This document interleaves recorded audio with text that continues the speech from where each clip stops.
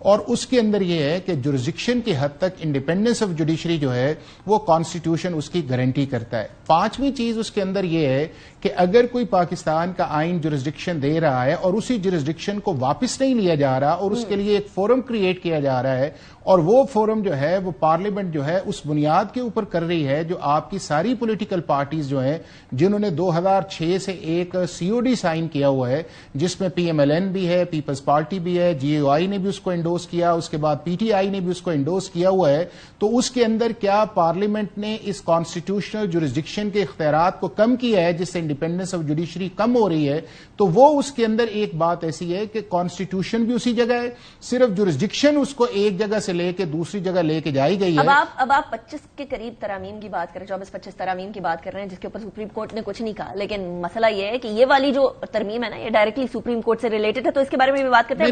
ایک منٹ دے دیں مجھے, میرے ساتھ حسنات ملک موجود ہیں, سینئر جرنلسٹ ہیں. تھینک یو ویری مچ حسنات, آپ نے جوائن کیا.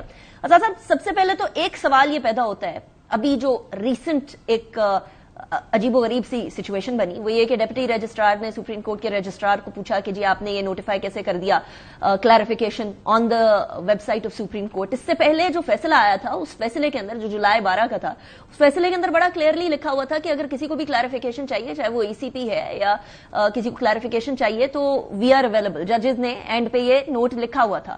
تو کیا یہ ڈپٹی رجسٹرار نے جو رجسٹرار سے پوچھا ہے ریٹن, واز دس نارمل؟ دیکھیں نارمل تو نہیں ہے, یہ بیٹھے ہیں حافظ صاحب, یہ اوپن سیکرٹ ہے کہ اس وقت سپریم کورٹ میں تقسیم ہے اور جو جوڈیشل پالیٹکس چل رہی ہے, یہ جو ڈپٹی رجسٹرار کا نوٹ ہے یہ اس جوڈیشل پالیٹکس کا ہی شاہکار ہے.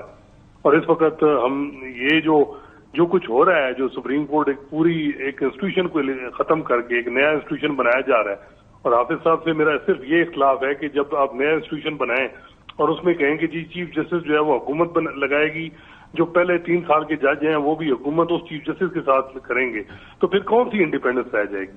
اور ریٹائرڈ ججز کو بھی لگایا جائے گا, اور سارا کچھ نظر آ رہا ہے موجودہ حالات میں.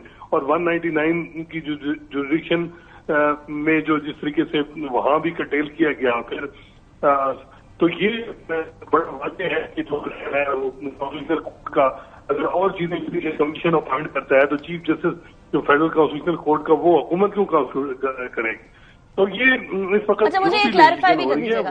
آئی understand what you are saying, constitutional amendment کی طرف تو آتے ہیں. اس کی وجہ یہ ہے کہ سپریم کورٹ میں تقسیم ہے, حکومت بڑی پر اعتماد ہے کہ اس کو ایک ایسے سے پوری سپورٹ ملے گی اور مل رہی ہے, اور لیکن اس فیصلے کے بعد سارا کچھ ہو رہا ہے. جو فیصلہ آیا تھا اس کی اسٹیٹمنٹ کے بعد کیا کسی کلیریفیکیشن کی ضرورت پڑنی چاہیے تھی؟ ہے, اور جو تو الیکشن کمیشن ٹھیک ہے, اس نے عمل درآمد تو ابھی بھی نہیں کیا نا. اگر وہ آ گئی کلیریفیکیشن آئے گی, وہ آرڈر تو نہیں ہے, وہ ایک سمپل کلیریفیکیشن ہے. میں ڈپٹی رجسٹرار کے خط کی بات کر رہی ہوں جنہوں نے رجسٹرار سے پوچھا.